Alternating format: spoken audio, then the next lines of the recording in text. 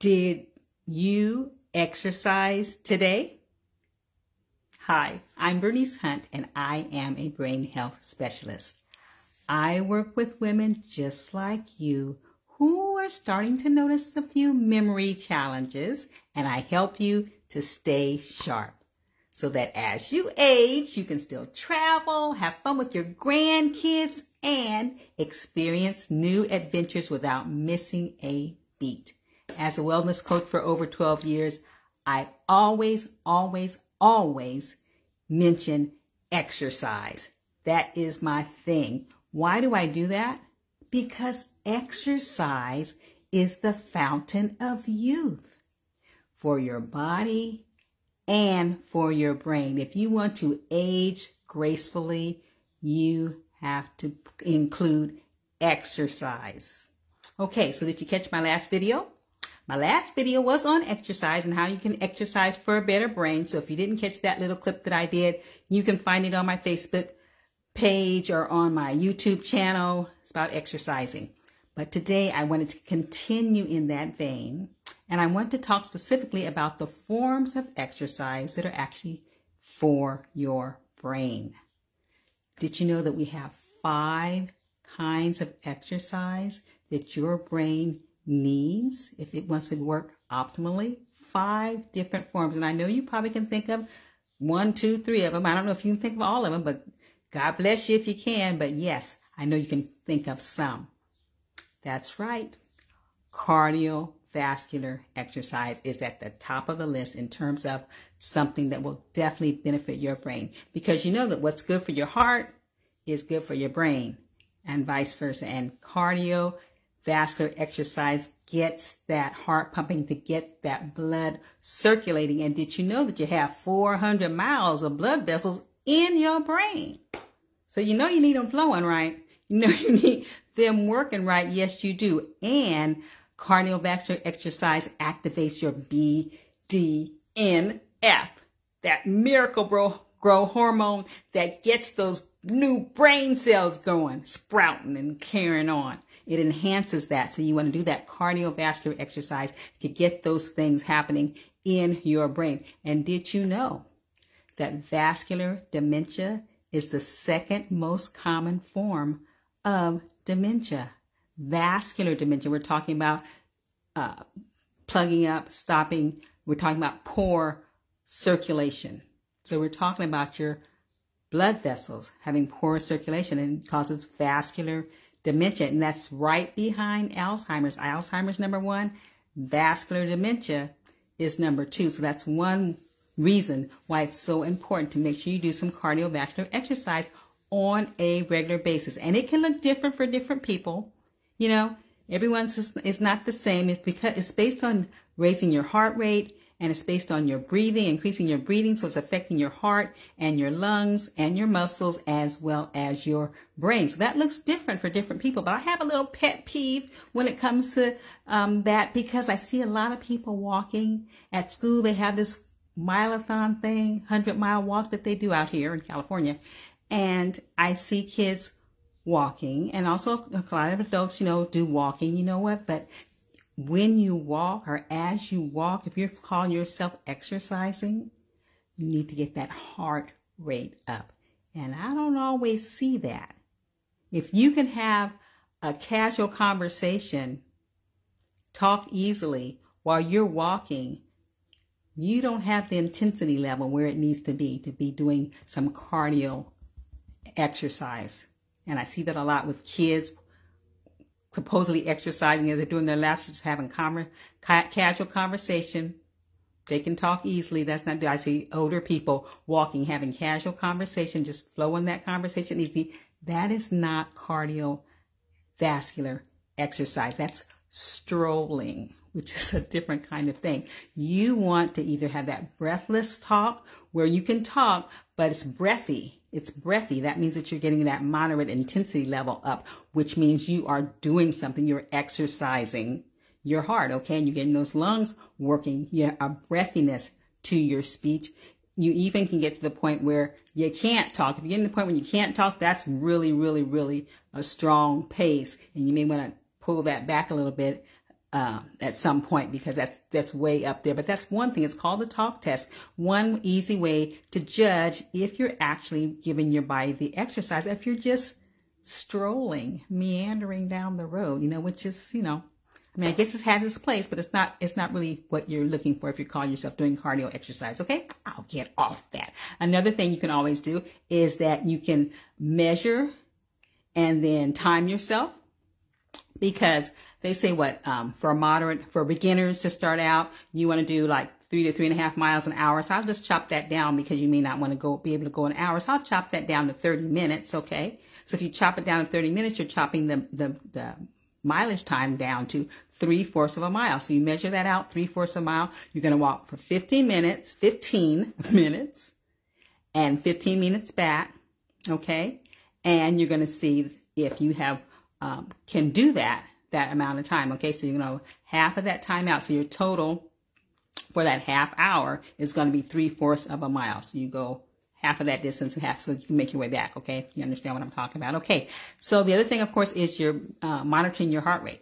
Okay. Your target heart rate. To find your target heart rate, you find your maximum heart rate first. And that's going to be the number 220 minus your age. That's pretty simple subtraction. I'm not going to ask you to do it now, but 220 minus your age. And then you want to get your low and your high. Okay. So you want a percentage of that, 65% for your low and 75 to 80% for your high. So any of those ways you want to do it, it's important to make sure you're doing cardio when you say you're doing cardio. Okay. So any of those measures you want to use is fine. So that's exercise number 1, cardiovascular exercise. Number 2, we're going to move on to number 2. And number 2 is weightlifting or strengthening, resistance training, however you want to term it. That is very beneficial as well for your brain. One thing it does, it's going to protect you. It's added protection from Alzheimer's and other forms of dementia. It's protection. It also lowers and reduces depression and anxiety. So it's going to calm you down. It's going to get you out of that funky mood, okay?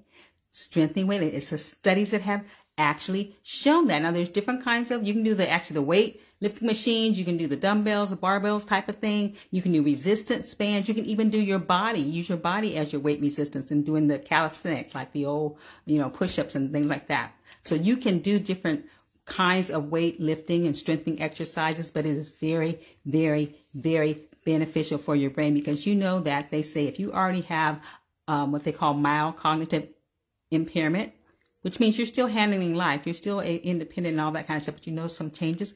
They say within a year, 10 to 20% of people that have mild cognitive impairment, 10 to 20% of those people are going to become, it's going to go into full-blown dementia within a year. Now, that doesn't sound like a lot of people, 10 to 20%, 1 out of 10, 2 out of 10. But you don't want to be that one, and you don't want to be that two, do you? I don't want to be. Yeah. So weightlifting of some sort, which is something that most of us stop doing as we get older, because we said, I did that when I was young. You need to keep that up because it's protective, especially for your brain. Okay, so we have cardiovascular exercise and we have the weightlifting or the strengthening exercises. Okay, so the next two I'm going to group together. It is balance exercises, and also stretching or flexibility exercises. And I'm just grouping those together because they both have a protective aspect against falls. That's how it's connected with your brain, because if you fall, you can have end up with a traumatic brain injury. Whether you actually hit your head or just jar your head, whatever, you can end up with a brain injury because you tripped and fell. Okay, you lost your balance or whatever. But if you do balance exercises and stretching exercises, you can guard against that as you age. So they have that aspect to it, but they also have specific benefits. Like with balance, specific benefit with balance is that it actually improves your memory. Yes, balance will improve your memory. It also helps your spatial cognition.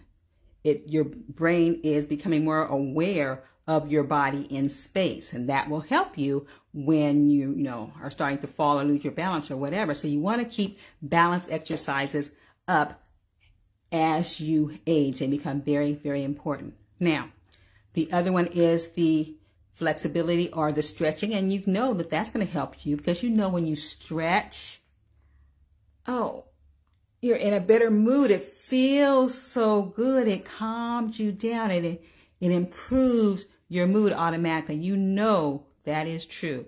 A good stretch. Okay, so stretching will improve your mood. Stretching also improves your range of motion, and so that comes into play again when you're tripping or falling or something, or trying to reach for something or whatever, and you might lose your balance or something like that. So it's going to help you with your range of motion. It also increases your blood flow.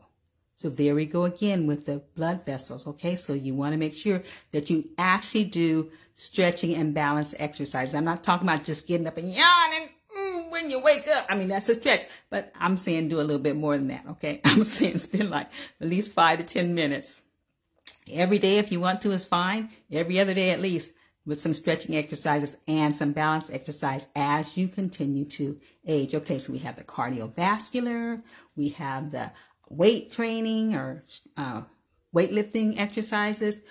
We are strengthening resistant bands, however you're going to do that. And we have the balance, and we have the stretching. Okay, so the last one that I want to talk about is something that we don't usually talk a lot about as we age. It's called coordination exercises. Coordination exercises. So you're going to be coordinating your eye hand or your eye foot, activity. And it's something we do a lot of when we're younger, because we have a lot of sports. We turn those activities into actually sports, games that we play with other people, usually on teams or with partners or something. So back in the day, you played basketball, you played football, you played soccer, you played volleyball, or you played baseball, or whatever it was, a team sport that you did, and you had that coordination exercise going on, so that you see how that's going to help strengthen your brain, okay? Because you're using your senses and things to work together, and that's going to giving your brain some challenges and some things to do, okay?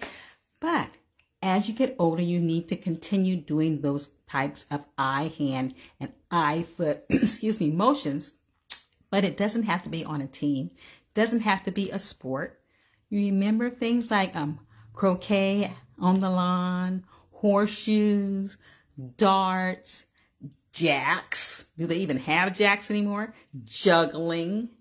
Those are our eye, hand, or eye, foot coordinations that you can continue to do. And a lot of them you can do on your own, by yourself, at your house, in your yard, whatever. But you need to do those things. In fact, Dr. Amen said the one that he thinks is the very best one that you could do for your brain is ping pong. I love ping pong. Ping pong, because with ping pong, you're not only doing that motor coordination thing, but you're doing problem solving. You're trying to plan how you're going to do your defense, your offense. You're making decisions, decision making, eye hand coordination, all of that wrapped up to one. He says it's an excellent, excellent coordination exercise. You can buy that ping pong table. You don't have to even have someone. You can, pull up the other side of it so it bounces back to you, kind of thing. And so you can make it happen.